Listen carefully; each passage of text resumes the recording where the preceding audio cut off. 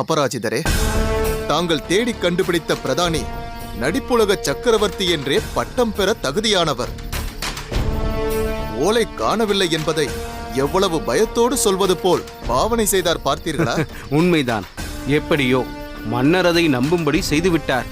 இனி நாம் என்ன எழுதி கொண்டு போய் தருகிறோமோ அதுதான் நமது ஊர்கள். எது விட்டு போனதோ அதையெல்லாம் சேர்த்து எழுதி கொள்ள வேண்டியதுதான். கூடுதலாக 2 ஊர்களை சேர்த்தால் ஒன்றும் தெரிய போவதில்லை. அப்படியெல்லாம் மிகவும் அதிகமாக சேர்த்து விடாதீர்கள். அதை பற்றி சிறிது சந்தேகம் வந்துவிட்டாலும் முதலுக்கே மோசமாகிவிடும். ஆமாம் ஆமாம், விட்டு போன ஊர்களை மட்டும் அங்கங்கே இணைத்து விட்டால் போதுமானது. அதுவே நமக்கு பேரரசனுக்குரிய பெருமையை தந்துவிடும். ஒரு முக்கியமான விஷயம். இப்போது பிரதானி நம்மை சந்திக்க இங்கே வரப்போகிறார். இன்று நமக்கு மேலும் சில ஊர்கள் கிடைக்கப் போகிறது என்றால் அதற்கு அவர்தான் காரணம். அதனால் நாம் அவரிடம் பேசியபடி பொற்கிழியை தந்து அனுப்பிய பிறகு அவரோடு தொடர்பு வைத்துக் கொள்ளாமல் இருப்பது நல்லது. பதிலுக்கு பதில் என்ற முறையில் அவருக்கு செய்ய வேண்டியதை செய்துவிட்டு அவரை விலக்கிவிட வேண்டியதுதான். ஆமாம் ஆமாம், இவரை போன்றவர்கள் எப்போது எவர் பக்கம் சாய்வார்கள் என்று சொல்ல முடியாது. சற்று எச்சரிக்கையாகத்தான் இருக்க வேண்டும். நான் சொன்னது நினைவிருக்கட்டும். எக்காரணத்தை கொண்டும் நம் எண்ணங்கள் அவருக்கு தெரியவே கூடாது. நாம் விவாதித்தது நமக்குள் இருக்கட்டும்.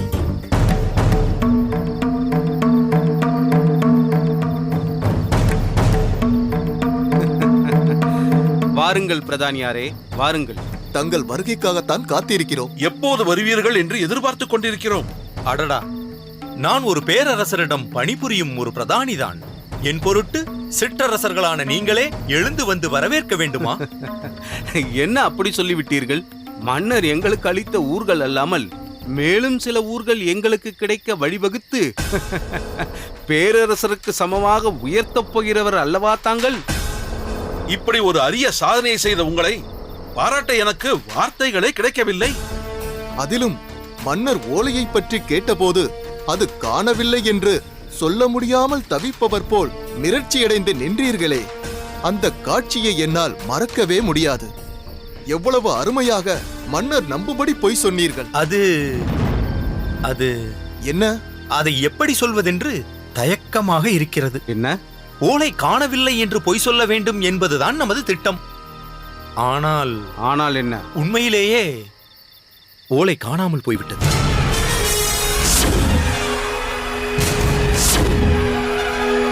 அதனால் நான் மன்னர் முன் மிரண்டு நின்றது நடிப்பல்ல, உண்மையான நிலையே அதுதான். என்ன சொல்கிறீர்கள்? ஒன்றுமில்லை ஆதித்தரே. மன்னர் முன்னால் தொடங்கிய நடிப்பை இங்கும் தொடர்கிறார் பிரதானியார். நீங்கள் சொன்னபடி செய்ய வந்த நான் உங்களிடமே ஏன் பொய் சொல்ல வேண்டும்? நான் சொல்வது உண்மை.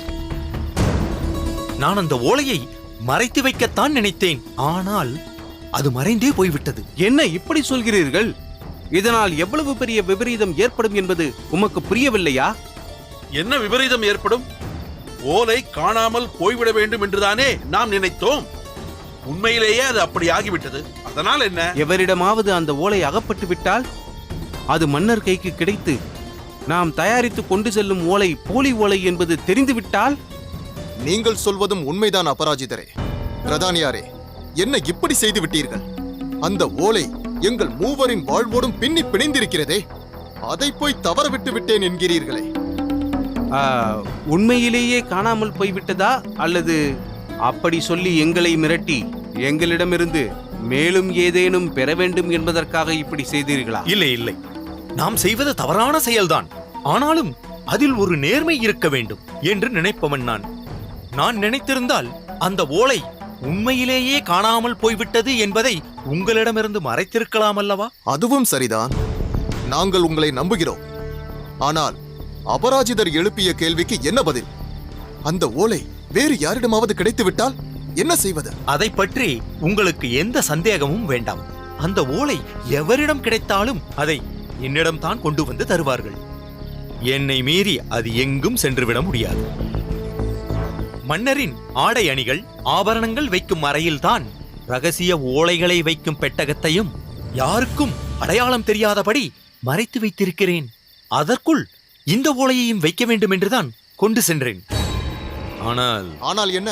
அந்த நேரத்தில் யாரோ சிலர் வந்ததால் அவர்கள் கண்ணெதிரே அந்த பெட்டகத்தை திறக்கக்கூடாது என்று ஓரிடத்தில் வைத்து விட்டேன்.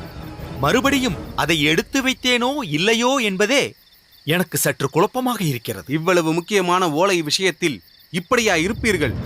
பிறகு என்ன நடந்தது? இன்று காலை வழக்கம் போல் மன்னரின் ஆடைகளை எடுத்துச் சென்று துவைப்பவர், அணிமணிகளை எடுத்து சென்று அதை சுத்தம் செய்து கொண்டு வந்து வைப்பவர் என ஒவ்வொருவரும் வந்தார்கள். அவரவரிடம் அதை தந்துவிட்டு அந்த அறையை தாளிட்டுக் கொண்டுதான் வந்தேன். நீங்கள் மூவரும் வந்தவுடன் மன்னர் அந்த ஓலையை எடுத்து வரும்படி சொன்னபோது கூட அது அங்கேயே இருக்கிறதா என்று பார்த்து அதனை வேறெங்கேனும் மறைத்து வைத்து விட்டு வர வேண்டும் என்றுதான் சென்றேன். ஆனால் அந்த ஓலை என் கண்ணில் படாமல் எங்கோ மறைந்து விட்டது என்பது அப்போதுதான் தெரிந்தது. எப்படியோ அதனால் பிரச்சனை ஏற்படாமல் பார்த்து கொள்ள வேண்டியது உமது பொறுப்பு. அதை பற்றி உங்களுக்கு சந்தேகமே வேண்டாம். நீங்கள் மாற்று ஓலைகளை தயார் செய்து கொண்டு வாருங்கள். நான் அரசருக்கு அருகிலேயே இருந்து அரச முத்திரையோடு அவரது கையொப்பமும் பெற்று தந்து விடுகிறேன்.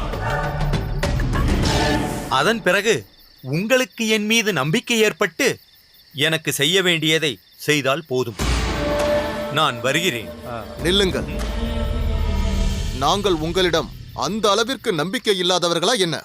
மூல ஓலை உங்களை விட்டு போய்விட்டதே என்ற பதட்டத்தில் தான் அப்படி பேசும்படி ஆகிவிட்டது. ஆனால் தாங்கள் எங்கள் பொருட்டு இவ்வளவு பெரிய ராஜதந்திர செயலில் ஈடுபட்டு இருக்கும் போது அதற்கு செய்ய வேண்டியதை செய்யாமல் விட்டு விடுவோமா? எப்போது மாமன்னர் எங்களை ஓலையோடு நாளை வர சொல்லி விட்டாரோ அது நிச்சயம் நடந்துவிடும். தாங்களும் உடனிருந்து அதை நடத்தி விடுவீர்கள் என்பதில் எங்களுக்கு எந்த சந்தேகமும் இல்லை.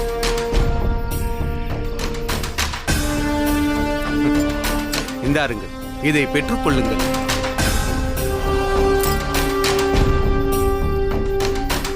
நான் என்ன பேசுவதென்றே எனக்கு தெரியவில்லை. உங்களுக்கு எப்படி நன்றி சொல்வதென்றே எனக்கு புரியவில்லை. நாங்கள் சொன்னபடி நடந்து கொண்டு விட்டோம். நீங்கள்? நான் சொன்னபடி நிச்சயம் நடத்தி வைப்பேன். நான் வருகிறேன். அபராஜிதரே, அவசரப்பட்டு பிரதானிக்குரிய பங்கை நாம் இப்போதே தந்திருக்க வேண்டுமா? நாளை நம்மை நம்பாமல் மன்னர் முன்னால் அவர் எதுவும் குழப்பிவிடக் கூடாதல்லவா? அதற்காகத்தான். அதுவும் சரிதான்.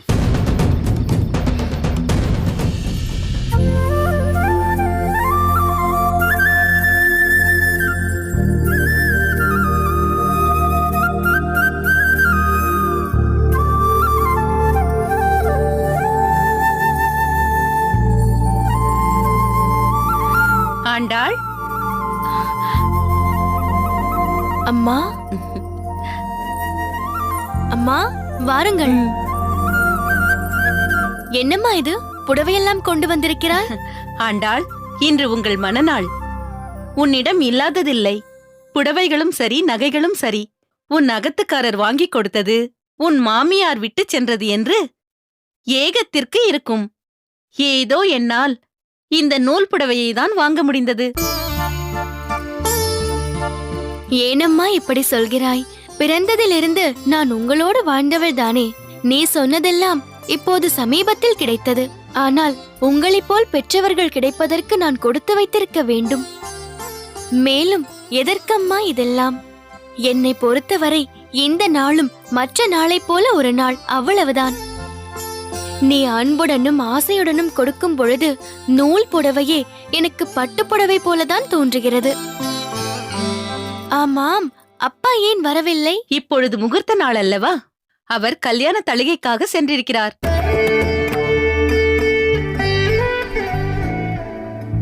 இரண்டு நாள் பொறுத்து உன்னையும் மாப்பிள்ளையையும் வந்து பார்ப்பதாக சொல்லியிருக்கிறார்.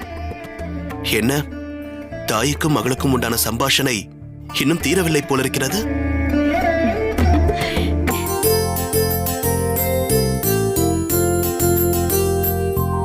என்ன செய்வது மாப்பிள்ளை? மகளை பார்த்தே பல நாட்கள் ஆகிவிட்டன. என் கதை, அவள் கதை எல்லாவற்றையும் இருவரும் கேட்டு தெரிந்து கொண்டிருக்கிறோம். அடியேன் சாதாரணமாகத்தான் சொன்னேன்.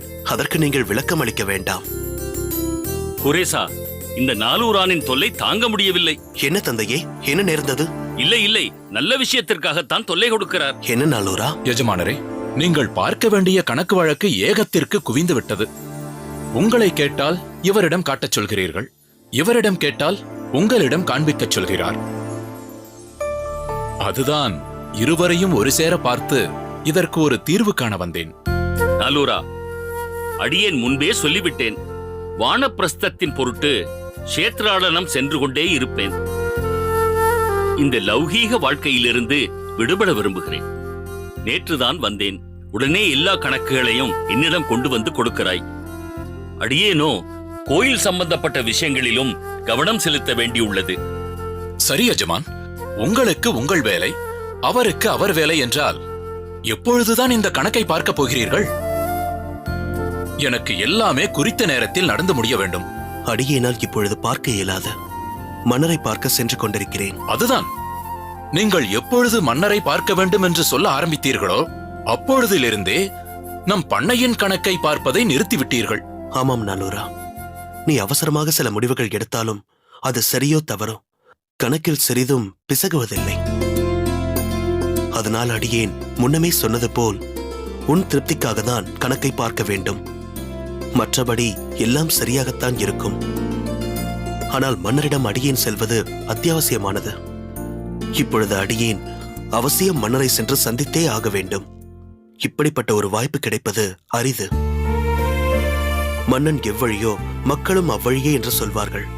மன்னரே திராவிட வேகத்தில் தீவிரமாக தன்னை ஈடுபடுத்திக் கொண்டிருப்பதால் அவரே இதை நாடு முழுவதும் பரப்புவதில் முனைவார். இதனால் அடியேன் பல ஊர்களுக்கு சென்று இந்த திராவிட வேதத்தை பரப்புவதை தவிர்க்கலாம். என் ஆசான் ராமானுஜ சுவாமிகளும் இதைத்தான் விரும்புவார். ஆதலால் இந்த வாய்ப்பை அடியேன் தவறவிட முடியாது. சரி. எந்த கணக்கு வழக்காக இருந்தாலும் மன்னர் இங்கு இருக்கும் வரை அடியேனால் அதில் கவனம் செலுத்த இயலாது. நீங்கள் தவறாக எடுத்துக்கொள்ள வேண்டாம். சரி நாலூரான், மொத்த கணக்குகளையும் நாம் பொறுமையாக பார்த்துக் கொள்ளலாம். இல்லை எஜமான், உங்களிடம் கணக்குகளை ஒப்படைத்து விட்டால் என் பொறுப்பு முடிந்துவிடும். எங்களுக்கு உன் மீது நம்பிக்கை இருக்கிறது. அதனால் நீ கவலை கொள்ள வேண்டாம். குரேசா, அடியேன் கோயிலுக்கு சென்று வருகிறேன். சரி தந்தையே. ஆண்டாள், வருகிறேன். வருகிறேன் எஜமான். சரி ஆண்டாள், அடியேனும் மன்னரை பார்த்துவிட்டு வருகிறேன்.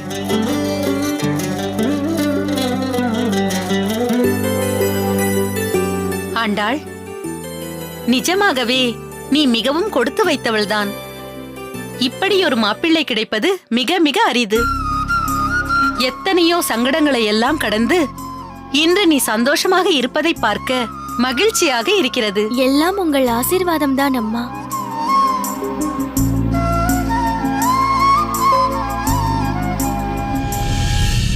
வெல்வதற்கு எவருமில்லை எனும்படி பல்லவ நாட்டை பரிபாலித்துக் கொண்டிருக்கும் பல்லவ பேரரசே, தங்கள் ஆட்சியின் கீழ் நாங்களும் சிற்றரசர்களாய் இருக்கிறோம் என்பதே எங்களுக்கு மிகவும் பெருமை.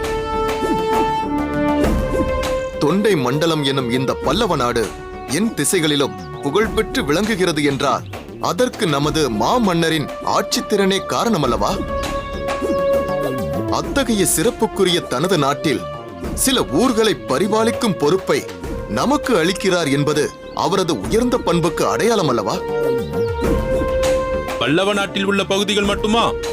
நடுநாடும் நமது சக்கரவர்த்தியின் ஆட்சியில்தானே அடங்கியிருக்கிறது. அதிலிருந்தும் சில ஊர்களை நமக்கு சாசனம் செய்து தருகிறார் என்றால் அவரை பற்றி புகழ்ந்து பேச நம்மிடம் வார்த்தைகளே இல்லை. போதும் போதும், இதற்கு மேலும் என்னை பற்றி பேச வேண்டியதில்லை.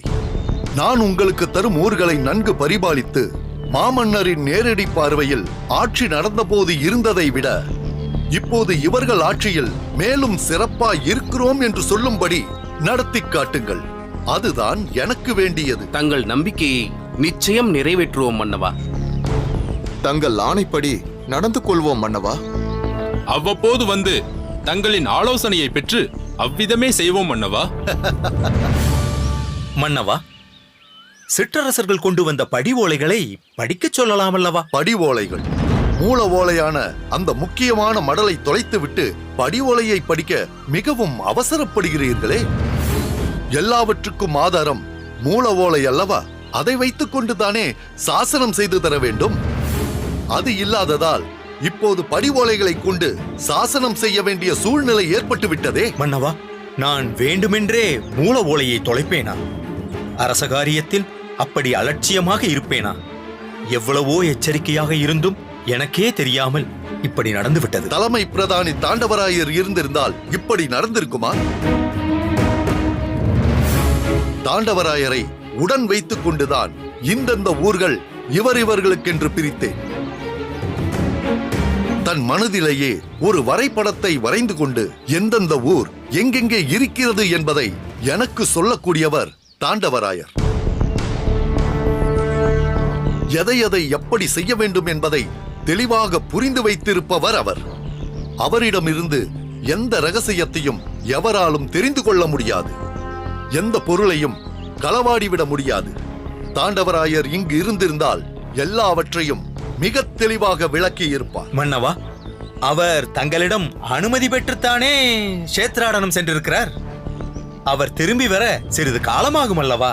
ஆமாம் ஆமாம், அவருக்காக நான் தாமதிக்க வேண்டியதில்லை. ஆனால் மன்னவா, பிரதானியார் தாங்கள் சொன்னபடி அன்றே எங்களுக்கு அந்த மூல ஓலையிலிருந்து இந்த ஓலைகளை படியெடுத்து தந்து விட்டார். நாங்கள் இப்போது அதைத்தானே படிக்கப் போகிறோம். அதனால் தான் நீங்கள் சொன்னது ஏற்று படி ஓலைகளை கொண்டு வாருங்கள் என்றேன். படியுங்கள். மன்னருக்கு வணக்கம். என்ன செய்தி? தங்களை காண கூரேசர் வந்திருக்கிறார். ஓஹோ, கூரேசன் வந்திருக்கிறாரா? உடனே அவரை உள்ளே அழைத்து வா. உத்தரவு மன்னவா.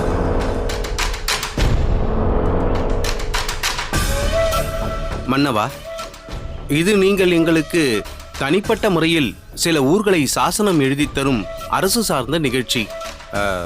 கூரேசன் இப்பொழுது இங்கு இருக்க வேண்டுமா? பேரரசருக்கும் சிற்றரசர்களுக்கும் இடையில் வேறொருவர் இருப்பது பொருத்தமாக இருக்குமா? பாசுரம் சொல்பவர் சாசனம் செய்யும் இடத்தில் இருக்கலாமா? நீங்கள் இங்கு வந்த நேரத்தில் கூரேசன் வருவது வேண்டாம் என்கிறீர்கள், அப்படித்தானே? ஆமன்னவா. சாசனம் பதிவு செய்யும் போது கூரேசன் இங்கு இருக்க வேண்டாம் என்று நினைக்கிறீர்கள், அப்படித்தானே? அதேதான் மன்னவா. அப்படியானால் நாம் இந்த நிகழ்ச்சியை நாளை தள்ளி வைத்துக் கொள்ளலாம்.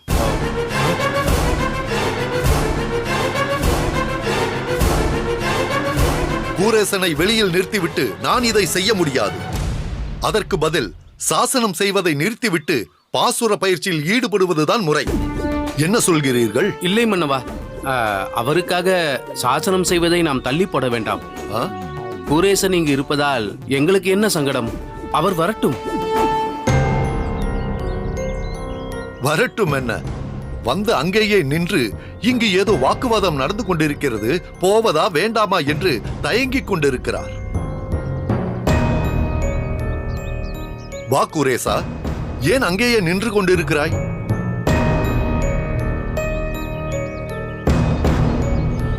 வந்தனம் மன்னவா. அரசு சார்ந்த நிகழ்ச்சி நடக்கும்போது நாம் செல்வதா வேண்டாமா என்ற தயக்கத்தில் அங்கேயே நின்று விட்டேன். நான் தான் அன்றே சொல்லிவிட்டேனே, உனக்கு தெரியாத ரகசியம் என்று எதுவும் இந்த அரசில் இருக்க வேண்டாம் என்று. பிறகென்ன தயக்கம்? நீ இருக்கையில் உட்காரு.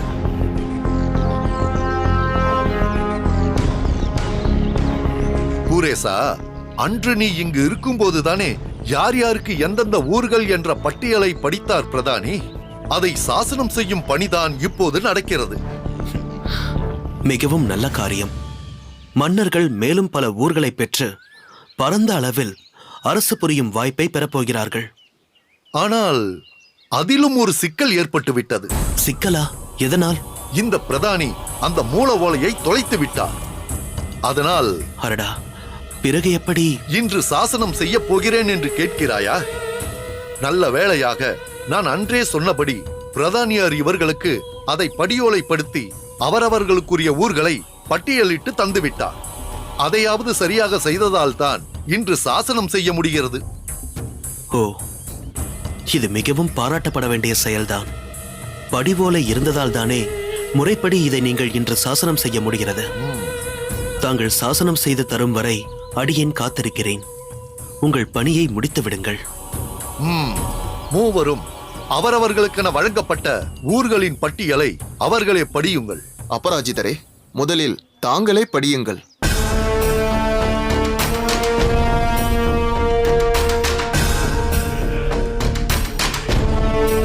தென்கட்சி நெறிக்காரைக்காடு, திருக்கச்சி வெள்ளிடை, திருக்கச்சி மேற்றளி, திருக்கச்சி ஓனகாந்தன் தளி, திருக்கச்சி அநேக தங்கா, திருவாலிதாயம், திருமுல்லை வாயில், திருமயிலை, திருவான்மியூர், திருவேற்காடு, திருவெற்றியூர், திரு அட்டபுயங்கம், திருத்தங்கா, திருவூரகம், திருவொக்கா.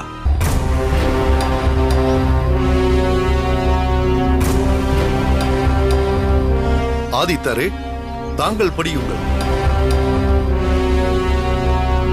திருவெண்பாக்கம், திருப்பாச்சூர், திருக்கண்ணம், திருவிற்கோலம், திரு இளம்பை கோட்டு, தக்கோலம், சீக்காலத்தி, திருமால் பேரு, திருவல்லம், திருவிரிஞ்சிபுரம், திருவோட்டூர், அனங்காவூர், திருக்குரங்கனின் முட்டம், திருப்பரமேஸ்வர விண்ணகரம், திருவல்லிக்கேணி, திருநீர்மலை.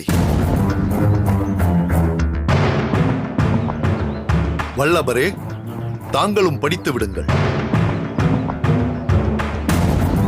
திருஆமாத்தூர், புறவார் பனங்காட்டூர், திருமுண்டீஸ்வரம், திருப்பாதிரிப்புலியூர், திருமானிக்குழி, திருவடுகூர், திருவெண்ணைநல்லூர், திருவண்ணாமலை, திருநாவலூர், திருவிடையாறு, திரு அறையிலிநல்லூர், திருமுதுகுன்றம், திருக்கோவலூர், திருவைந்தாபுரம், திருவிழவெந்தை, திரியவ்வளூர்.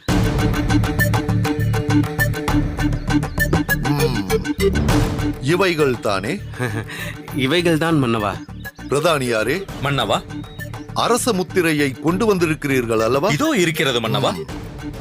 அந்த ஓலைகளை பெற்று வாருங்கள். லட்சணை இட்டு கைசாத்தும் இட்டு விடுகிறேன். ஆகட்டும் மன்னவா.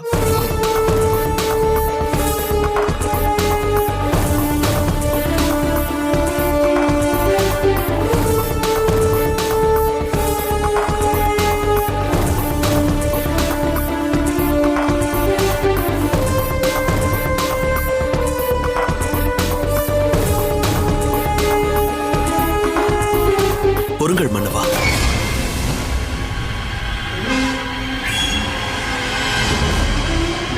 குறுக்கிடுவதற்காக மன்னிக்க வேண்டும். அதற்கு அவசியமில்லை குரேசா. காரணம் இல்லாமல் நீ குறுக்கிட மாட்டாய் என்று எனக்கு நன்றாக தெரியும். என்ன சொல்ல வந்தாய்? சொல். இவர்கள் படித்தவற்றில் மூல ஓலையில் இல்லாத சில ஊர்களின் பெயரும் இதில் இடம்பெற்றுள்ளது.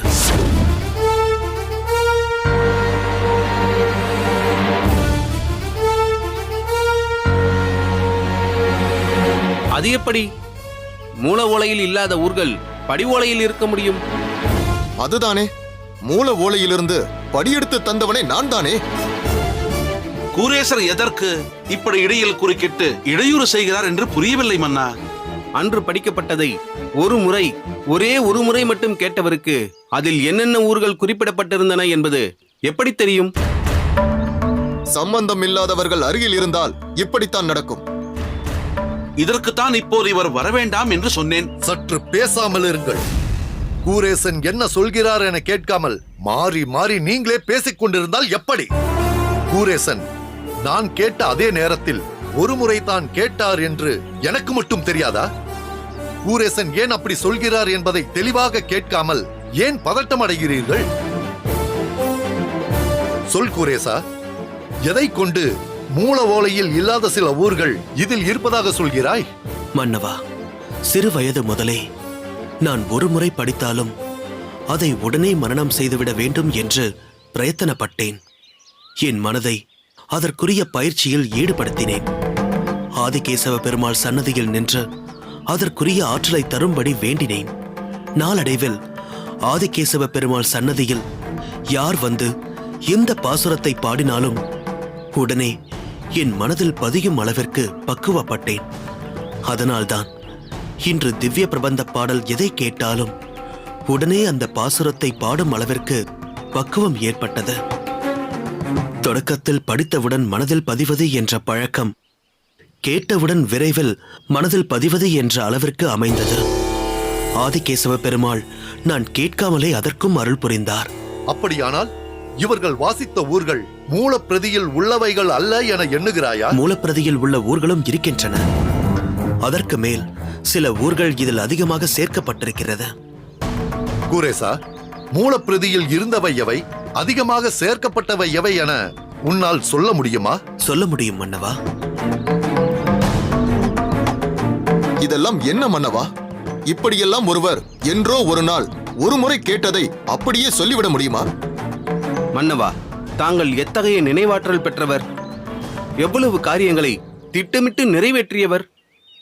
படிவத்தில் உள்ள ஊர்கள் எல்லாம் நீங்களே அமர்ந்து பட்டியலிட்ட ஊர்கள் என்பதால் தானே தாங்கள் தலையசைத்து ஏற்றுக்கொண்டீர்கள்.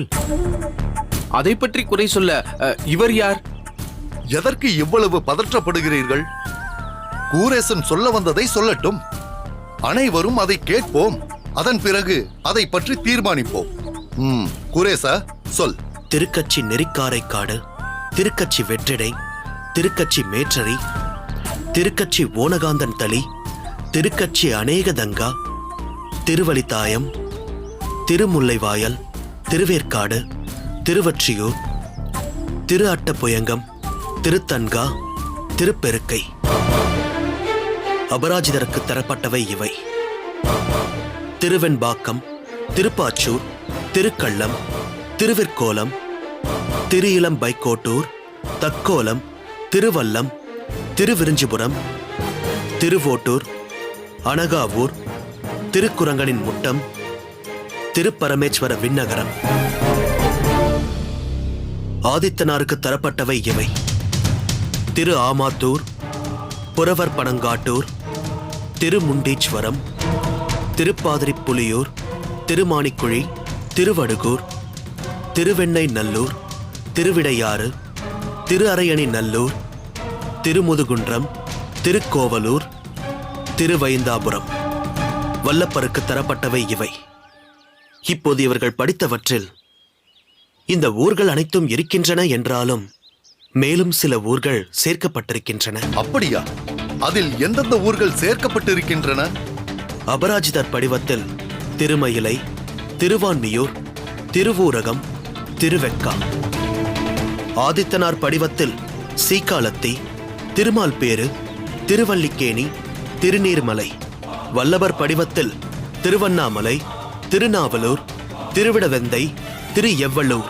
இல்லை இல்லை, கூரேசன் சரியாக கேட்காமல் தன் மனதில் பதிந்தவைகளை மட்டுமே கூறிக்கொண்டிருக்கிறார். மூல ஓலையே காணாமல் போய்விட்ட நிலையில் இவர் சொல்வதை மட்டும் உண்மை என்று எப்படி நம்ப முடியும்?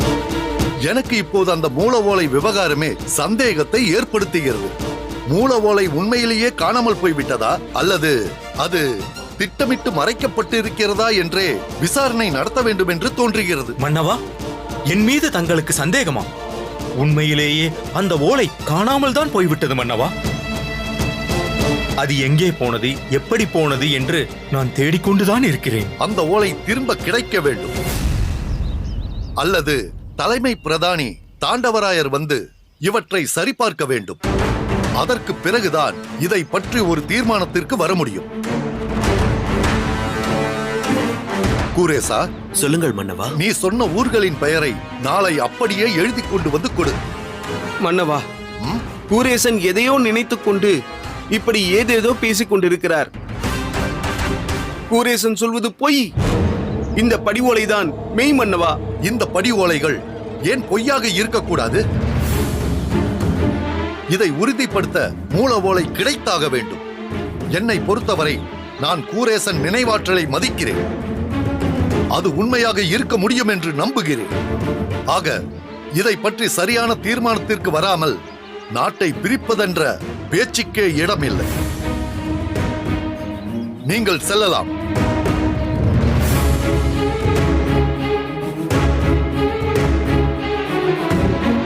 பிரதானியாரே, மன்னவா, நீர் மட்டும் ஏன் நிற்கிறீர்? நீரும் போகலாம். உத்தரவு.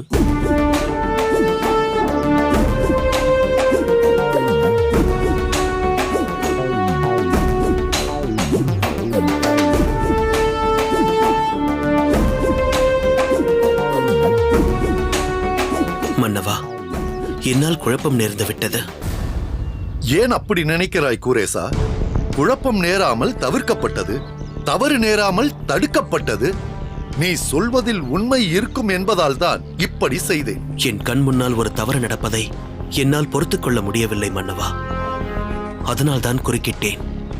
இப்படி ஒரு குழப்பத்தை ஏற்படுத்தி விட்டேன். எல்லா குழப்பங்களையும் தீர்க்கக்கூடியது திராவிட தமிழ் வேதமான பாசுரங்கள் அல்லவா?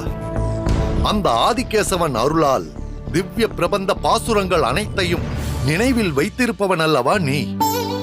மன்னனாக இருந்தாலும் மாலவனின் அன்பனாக அவனது பக்தியிலேயே தோய்ந்திருந்த குலசேகர ஆழ்வாரின் பாசுரத்தை பாடு. அவரது பக்தி பெருக்கில் ஒரு துளியாவது இந்த மன்னனுக்கு கிடைக்கட்டும். சொல் குரேசா, சொல். ஆதி அந்தம் அனந்தம் அற்புதமான வானவர தம்பிரான் பாத மாமலர் சூடும் பத்தியில்லாத பாவிகள் உய்ந்திட தீதில் நன்னெறி காட்டி எங்கும் திரிந்து அரங்கன் எம்மானுக்கே காதல் செய் தொண்டர்க்கு எப்பிறப்பிலும் காதல் செய்யும் என் நெஞ்சமே.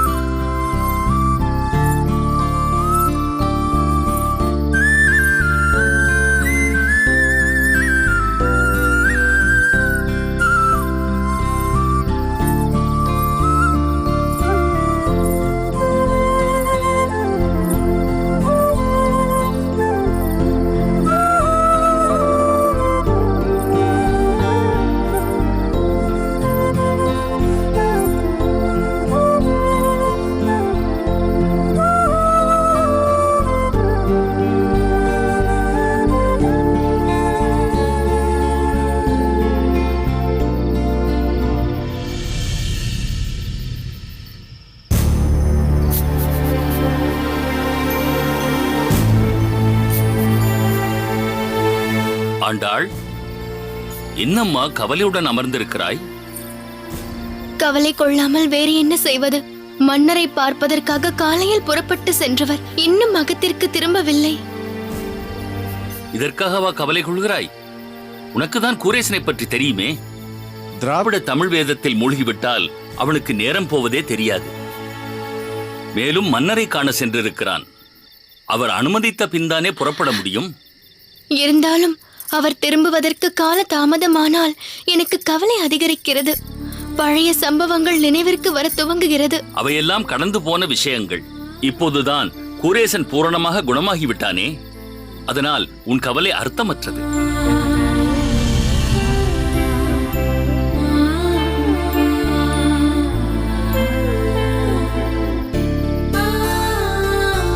என்ன இத்தனை தாமதமாக வருகிறாய்?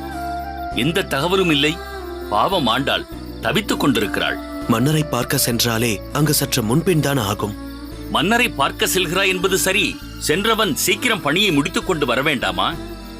இங்கு உனக்காக உன் சகதர்மினி காத்துக் கொண்டிருப்பாள் என்பது உனக்கு தெரியாதா?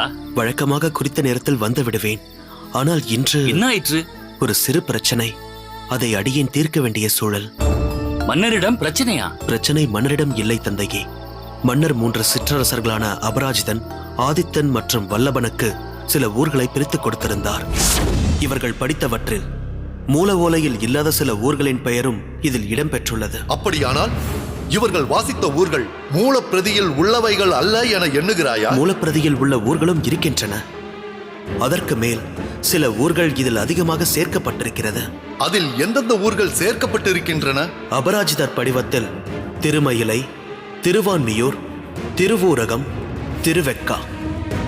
ஆதித்தனார் படிவத்தில் சீக்காலத்தி, திருமால்பேறு, திருவல்லிக்கேணி, திருநீர்மலை. வல்லவர் படிவத்தில் திருவண்ணாமலை, திருநாவலூர், திருவிடவெந்தை, திரு எவ்வளூர். இறுதியில் அடியேன் தான் அதை தீர்த்து வைக்க வேண்டியதாகிவிட்டது. மன்னருக்கு எத்தனை பெரிய உதவியை செய்திருக்கிறீர்கள். மேலும் உங்கள் ஞாபக சக்தியை நினைத்தும் வியப்பாக இருக்கிறது. உங்களுக்குள் இத்தனை பெரிய திறமை இருக்கிறதா? அந்த திறமை இப்பொழுது பிரச்சனையாக மாறி உள்ளது. பிரச்சனையை தீர்த்ததாக நீ நினைக்கிறாய். ஆனால் இப்பொழுதுதான் பிரச்சனையை ஆரம்பித்திருப்பதாக நான் கருதுகிறேன். தந்தையே, நீங்கள் கூறுவது அடியனுக்கு விளங்கவில்லை. கூரேசா, சிற்றரசர்களை விரோதித்துக் கொள்வது நமக்கு சரியல்ல. பல சங்கடங்களை தோற்றுவிக்கும்.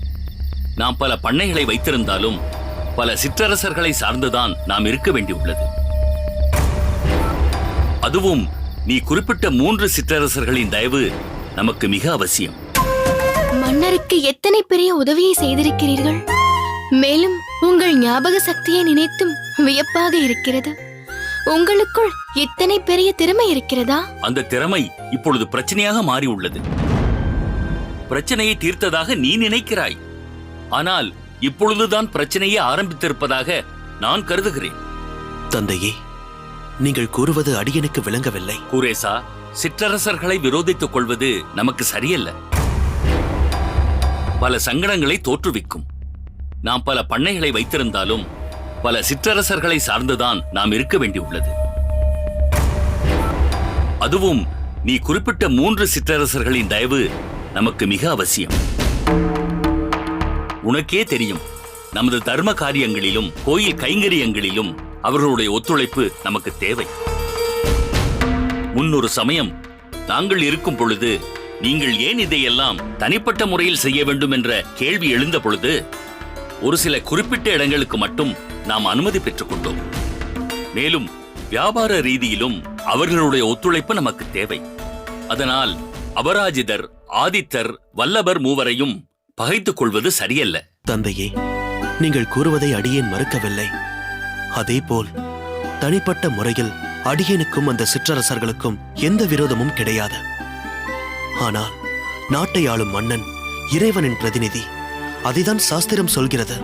அந்த இறைவனின் பிரதிநிதியாக இருந்து மன்னன் மக்களுக்கு பல சத்விஷயங்களையும் பல சௌகரியங்களையும் செய்து கொடுக்கிறார். அவர்களுடைய பௌதிக விஷயங்களையும் பூர்த்தி செய்து ஆன்மீகத்திலும் அவர்களை ஈடுபட செய்கிறார்.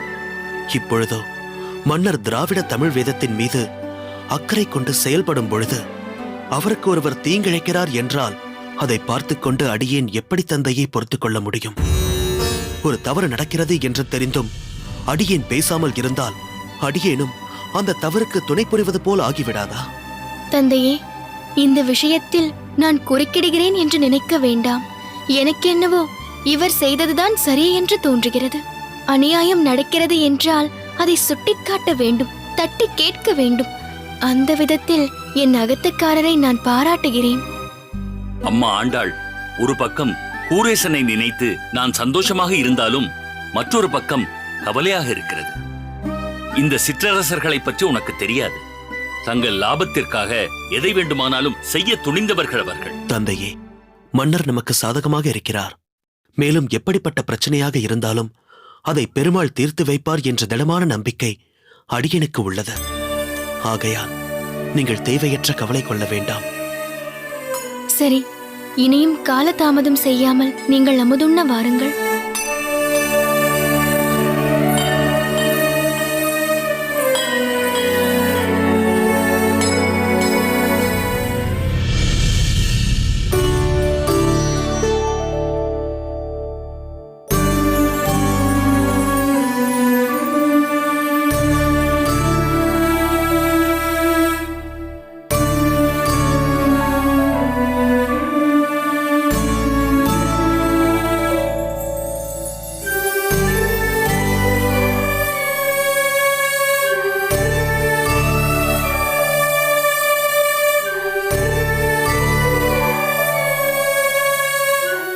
சுவாமி, என்ன ஆண்டாள்?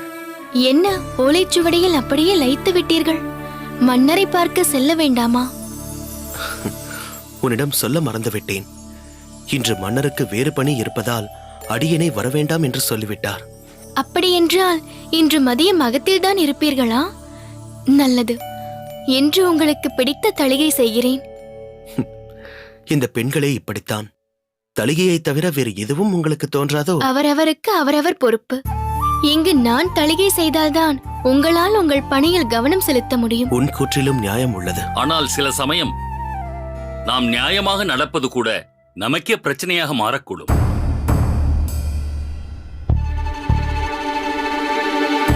என்ன சொல்கிறீர்கள் தந்தையே?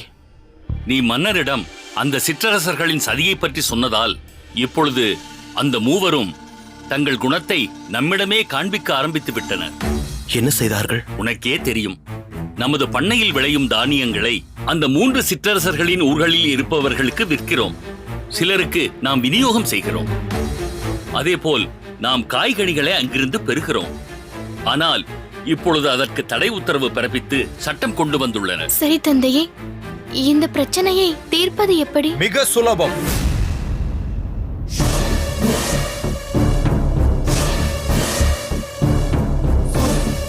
உங்கள் அனைவருக்கும் என் வந்தனம். தெரிவிக்காமல் வந்ததற்கு மன்னிக்கவும். நீங்கள் வந்ததன் நோக்கம்? உங்கள் நலன் கருதி வந்தேன். மன்னர் முன் பேச முடியாத சில விஷயங்களை, உங்களுக்கு நலன் பயக்கும் விஷயங்களை சொல்லிவிட்டு போகலாம் என்று வந்தேன். சொல்லுங்கள். இப்பொழுது நீங்கள் எதிர்கொண்டுள்ளது ஒரு சிறு விஷயம்தான். அதுவே உங்களை உலுக்கிவிட்டது பாருங்கள். உங்களுக்கு தெரியாததல்ல, இருந்தாலும் சொல்கிறேன். பொதுவாகவே மன்னர்களிடம் மிகவும் நெருங்கி பழகுவது ஆபத்தானது. ஏனென்றால் அவர்களை சுற்றி பல பல பிரச்சனைகள் இருக்கும், பல சூழ்ச்சிகள் நடக்கும். அதில் நாம் தலையிடாமல் இருப்பதுதான் நமக்கு நல்லது. ஒருவேளை அறியாமையின் காரணமாக கூரேசன் மன்னருக்கு நன்மை செய்வதாக நினைத்துக்கொண்டு சிற்றரசர்கள் பற்றி கூறிவிட்டார்.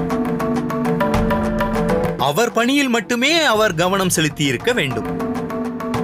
மன்னருக்கு பாசுரம் சொல்லிக் கொடுக்க வந்தவர் அத்துடன் தன்னையும் நிறுத்திக் கொண்டிருக்க வேண்டும். இப்பொழுது பாருங்கள், தேவையில்லாத சங்கடம்.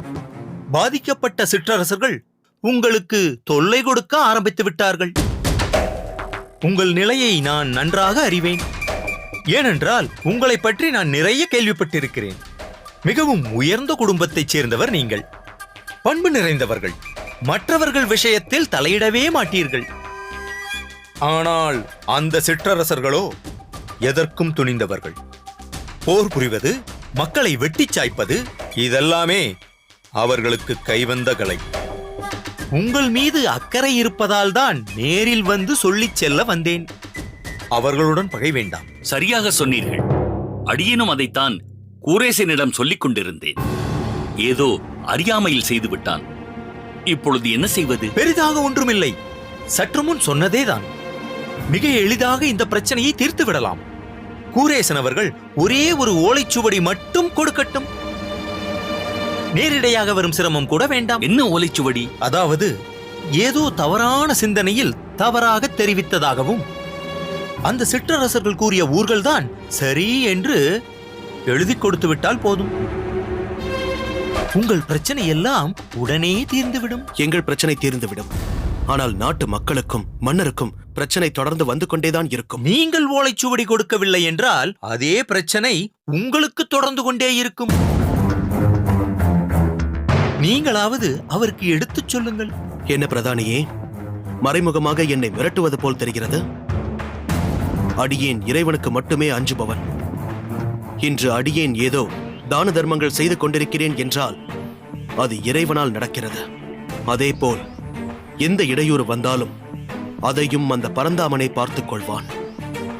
அடியேன் சுயநலவாதி அல்ல என்பதை தெரிந்து கொள்ளுங்கள் பிரதானியே.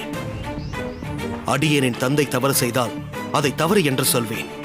அதேபோல் என் பாரியாள் தவறு செய்தால் அதையும் தயங்காமல் சுட்டிக் காண்பிப்பேன். அதேபோல் அந்த சிற்றரசர்கள் செய்தது தவறு.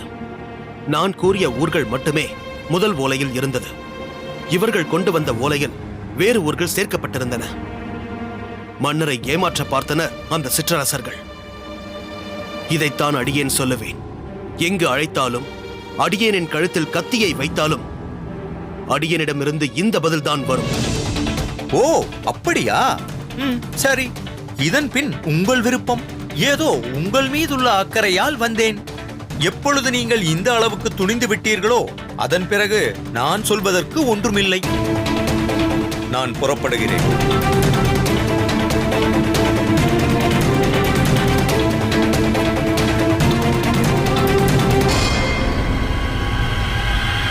வாழ்க வளமுடன்.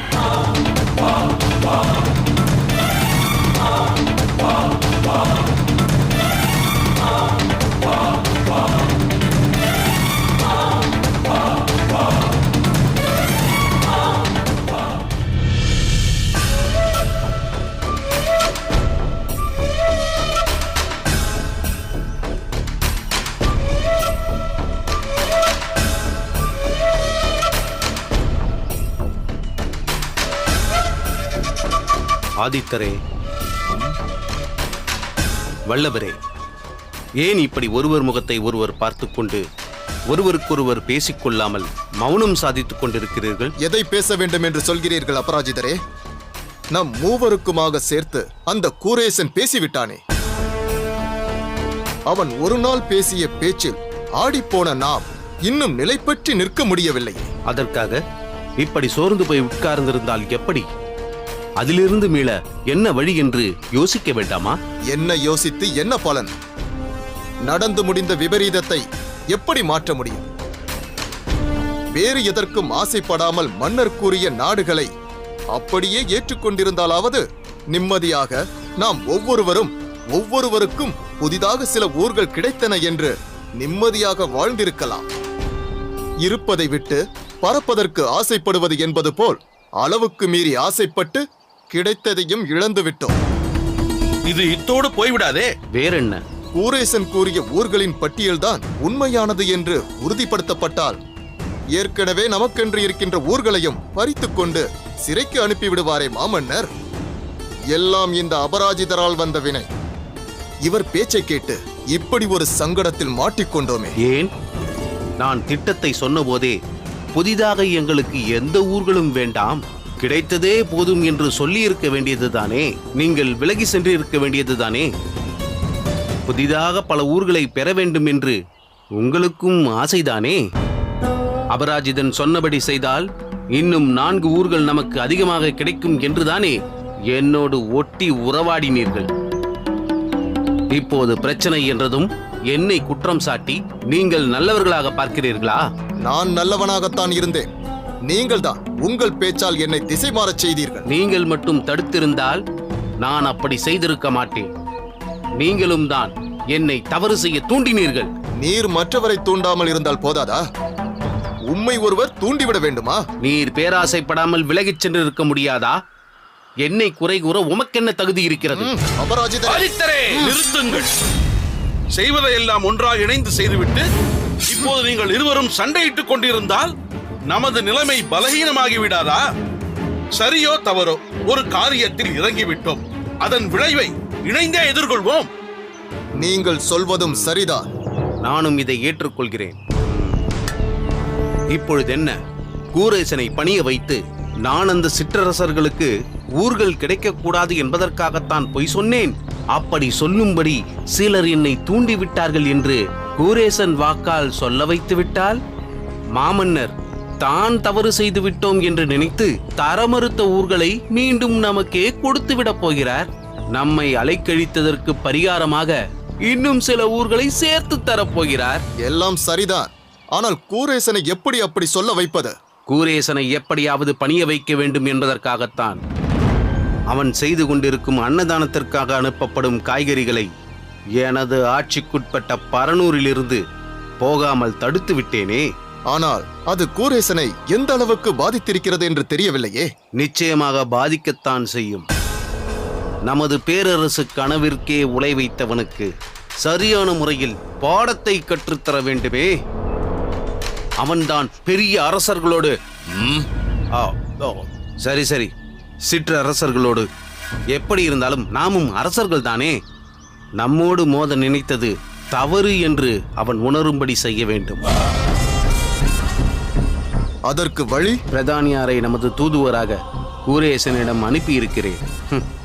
அவர் வருகிறார், இன்னமும் வந்து கொண்டே இருக்கிறார். நான் வந்துவிட்டேன் அரசே.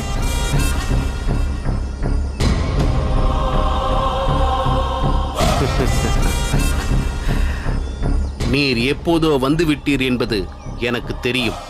ஏன் மறைந்து நின்றீர்? உங்கள் சண்டையில் அகப்பட்டு என் மண்டை உடையக்கூடாது என்பதற்காகத்தான். உம்மை எப்போது வர சொன்னேன்? நீர் எப்போது வருகிறீர்? எனக்கென்று வாரந்தோறும் செய்ய வேண்டிய கடமை ஒன்று இருக்கிறது. அதை நிறைவேற்றாமல் வந்தால் மன்னரின் கோபத்திற்கு ஆளாக நேரிடும். ஏற்கனவே மன்னர் என் மீது கோபமாக இருக்கிறார். இதில் இதுவேறு சேர்ந்து விட்டால் அவரது கோபத்தை மேலும் தூண்டிவிட்டது போல் ஆகிவிடும். அப்படி என்ன கடமை? மன்னரது ஆடைகளை அவற்றை துவைத்துக் கொண்டு வரும் ஏகாலியிடம் கணக்கிட்டு கொடுத்தனுப்பும் ஒரு கடமை. மன்னரது ஆடை ஒவ்வொன்றும் உயர்ந்த ரத்தினங்கள் பதித்ததல்லவா? பொன் சரிகைகளும் வெள்ளிச் சரிகைகளும் இழையோடும் உடைகள் அல்லவா? அதனால் ஒவ்வொரு ஆடையிலும் என்னென்ன இருக்கிறது என்பதை குறித்துக் கொண்டு நிறைபார்த்து தர வேண்டியுள்ளது. அந்த ஏகாளி அந்த ஆடைகளை மூட்டை கட்டி கொண்டு போகும் வரை பொறுமையாக காத்திருந்து அனுப்பிவிட்டுத்தான் வர வேண்டியுள்ளது. நாங்கள் எங்களுக்கு கிடைக்க வேண்டிய நாட்டை பற்றி கவலைப்பட்டுக் கொண்டிருக்கிறோம். நீர் பொதி சுமக்கும் ஏகாலியின் மூட்டையை பற்றி பேசிக் கொண்டிருக்கிறீர். அந்த கூரேசனை போய் பார்த்தீரா இல்லையா? நான் எனது நாட்டிலிருந்து அவனுக்காக அனுப்பப்படும் காய்கறிகளை போகாமல் தடுத்து விட்டேனே. அதனால் அவன் சற்று மிரண்டு போயிருப்பானே. அவனிடம் அதை பற்றி சொல்லி, இது ஒரு தொடக்கம்தான், நீ எங்கள் பேச்சை கேட்காவிட்டால் இது மேலும் தொடரும் என்று எடுத்து சொன்னீரா இல்லையா? அதையெல்லாம் செய்யாமலா நான் இங்கு உங்களை சந்திக்க வந்திருப்பேன்? நேற்று மாலை கூரத்திற்கே சென்று கூரேசனிடம் கூரம்பு பாய்வது போல் கூறிவிட்டுத்தான் வந்தேன். அதற்கு கூரேசன் என்ன சொன்னான் என்பதை கூட சொல்லாமல் வந்தேன் என்றால் என்ன பொருள்? கூரேசன் நான் சொன்ன எந்த நிபந்தனையையும் ஏற்றுக்கொள்ளவில்லை. நாம் சொல்வதற்கு அவன் சம்மதிக்கவில்லை என்று பொருள். எனக்கு அந்த அரசர்களால் எத்தகைய இடையூறு நேர்ந்தாலும் சரி, நான் என் மனதிற்கு தெரிந்த உண்மையை மாற்றிச் சொல்ல மாட்டேன் என்று உறுதியாக கூறிவிட்டான். கூரேசன் இந்த அளவிற்கு பேசுகிறான் என்றால் அவனிடம் ஏதோ ஒரு ஆதாரம் இருக்கிறது என்று பொருள். ஆம், அப்படித்தான் இருக்க வேண்டும். எப்படி? அந்த மூல ஓலை அவனிடம்தான் உள்ளது. அதனால்தான் இவ்வளவு உறுதியாக கூறுகிறான். அதனால் அவனை நாம் பயமுறுத்தி அந்த மூல ஓலையை பெற முடியாது. இப்போது அவன் காலில் விழுந்தாவது அந்த ஓலையை கொடுத்து விடப்பா என்று கேட்க வேண்டிய நிலை வந்து விட்டது. ஏனென்றால் அவன் அந்த மூல ஓலையை மாமன்னரிடம் தந்துவிட்டால் நாம் இருட்டில் போட்ட திட்டமெல்லாம் வெளிச்சத்திற்கு வந்துவிடும். இல்லை இல்லை, அப்படி ஒரு சந்தேகமே உங்களுக்கு வேண்டாம். எனது எல்லையை தாண்டி, அரண்மனையை தாண்டி அந்த ஓலை போயிருக்கவே முடியாது. அந்த ஓலை எனது கட்டுப்பாட்டில் உள்ள கிடங்கில்தான் எங்கோ இருக்க வேண்டும். அந்த மூல ஓலை கூரேசன் கையில் கிடைத்திருந்தால் அன்றே அதை மன்னரிடம் தந்து தான் சொன்னதை அவன் உறுதிப்படுத்தி இருக்க மாட்டானா? அதுவும் சரிதான். இப்போது என்ன செய்வது? ஒரே ஒரு வழிதான் இருக்கிறது. என்ன வழி? அந்த கூரேசன் பொய் பேசுபவன், தவறான காரியங்களை செய்பவன் என்ற எண்ணத்தை எப்படியாவது மாமன்னரின் மனதில் ஏற்படுத்த வேண்டும். அதன் பிறகு கூரேசன் என்ன சொன்னாலும் மாமன்னர் அதை கேட்க மாட்டார் அல்லவா? மீண்டும் தொடங்கிய இடத்திலேயே நிற்கிறோம். அதை எப்படி செய்ய வேண்டும் என்பதுதானே இப்போதைய பிரச்சனை. உண்மைதான். அரசரிடம் எனக்கிருந்த செல்வாக்கை, அரண்மனையில் எனக்கிருந்த கௌரவத்தை பாசுரம் சொல்லிக் கொடுக்க வந்த ஒருவன் வீணாக்கி விட்டான். அவனை அவ்வளவு எளிதாக விட்டுவிடலாமா? மாமன்னரே அவன் கழுத்தை பிடித்து போ வெளியே என்று விரட்டும்படி செய்ய வேண்டும். எந்த பிரச்சனையும் வராதபடி சாமர்த்தியமாக செயல்படுத்த வேண்டும். விரைவில் அதற்குரிய திட்டத்தோடு வந்து உங்களை எல்லாம் சந்திக்கிறேன்.